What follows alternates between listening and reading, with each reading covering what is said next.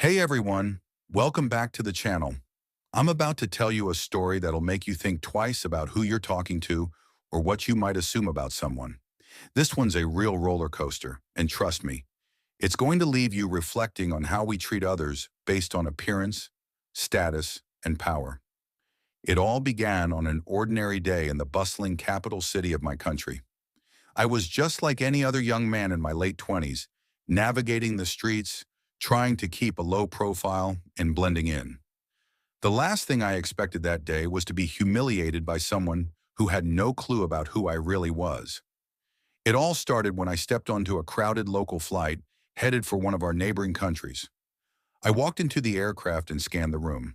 A few empty seats caught my eye. I was just another face in the crowd. No one would have guessed I was the son of the country's president, a man whose influence could shake entire regions. But I wasn't one to flaunt it. In fact, I preferred to keep things as normal as possible. I made my way to my seat. As I sat down, a woman sitting in the aisle seat beside me glanced up. "Can I help you?" she asked with an eye roll, her tone dismissive. I was a bit surprised but didn't think much of it. I responded politely, "I think this is my seat." The woman's eyes narrowed, but she moved over to give me space. I shrugged it off, thinking it was nothing more than a misunderstanding. But little did I know, it was about to get worse. As the flight took off, the usual airplane buzz of chatter and air conditioning settled in. I sat there, lost in thought, half reading a book. I could hear the woman muttering to her neighbor in the next seat, probably about me. I didn't care much at first. People talk, and sometimes it's about nothing. But the whispers escalated into something more. The woman started talking louder, her words dripping with contempt. "You know, I'm tired of these rich people always thinking they own the world," she said, loud enough for me to hear. "Look at this guy, probably just another privileged brat who thinks the rules don't apply to him." I felt a stab in my chest, but I didn't respond. I kept my head down, hoping she would quiet down. But she didn't. In fact, she seemed to take it a step further, looking at me now with an almost disgusted expression. "You think just because you have money, you can get away with anything?" she sneered. "It's disgusting."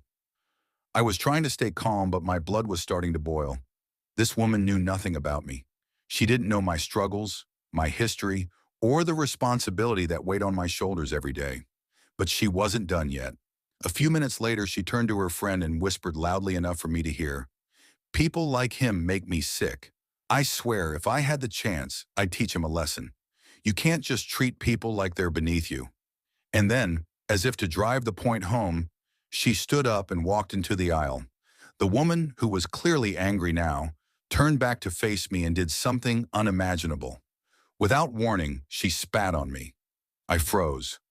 My heart skipped a beat, and for a split second, everything around me went silent. I could feel the wetness of the spit on my shirt and the sting of humiliation rise inside me. But just as I was about to stand up and confront her, the unthinkable happened. A flight attendant came rushing over, her face pale. "Ma'am, what do you think you're doing?" the flight attendant demanded, her voice firm. The woman just laughed, shrugging. "He's one of those rich guys who think they can get away with anything. I'm just giving him a piece of my mind." The attendant's face grew serious. "You don't know who you're talking to, do you?" she said, looking at the woman with disbelief. It was at that moment that I stood up, slowly, deliberately. I took a deep breath, and with a calm voice that belied the rage I was feeling, I said, "You've made a huge mistake. I'm the president's son." There was a stunned silence in the cabin. The woman's face went white, and she sputtered, "What?" "Yeah, you spat on me. Do you know who I am?" The flight attendant nodded at me. "Sir, I'm so sorry for what happened. We'll handle this from here." The woman's face turned bright red as she scrambled to apologize, but the damage was done. The other passengers on the plane were watching with mixed expressions of disbelief and sympathy. Some shook their heads, clearly disapproving of what had just occurred. The woman tried to make excuses, claiming she had been having a bad day, but I wasn't in the mood to entertain her apologies. Once we landed, things only got worse for her. My security detail, which I had kept low-key during the flight, stepped in, and the woman was escorted off the plane. She tried to protest, but it was clear she had crossed a line. The incident made headlines the next day. News outlets reported the altercation, and people on social media had mixed reactions. Some condemned the woman for her actions, while others questioned my decision to remain calm in such a situation. I won't lie, there was a part of me that wanted to make her regret her actions. But in the end, I decided that handling it with grace was the best choice.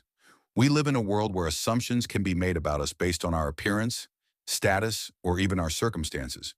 But the truth is, none of us truly know the struggles or the identities of the people around us. That woman's behavior was a stark reminder of how easy it is to judge others, to dehumanize people based on what we think we know about them. In that moment, I could have reacted angrily, and I wouldn't have been blamed. But I chose a different path. So the next time you find yourself judging someone based on their looks, their clothes, or even their behavior, remember this story. You never really know who you're talking to or what kind of story they carry with them. Thanks for listening. I'll catch you in the next one. Hey, if you got a story or experience to share, just message me on my Discord. I've provided a link to my Discord.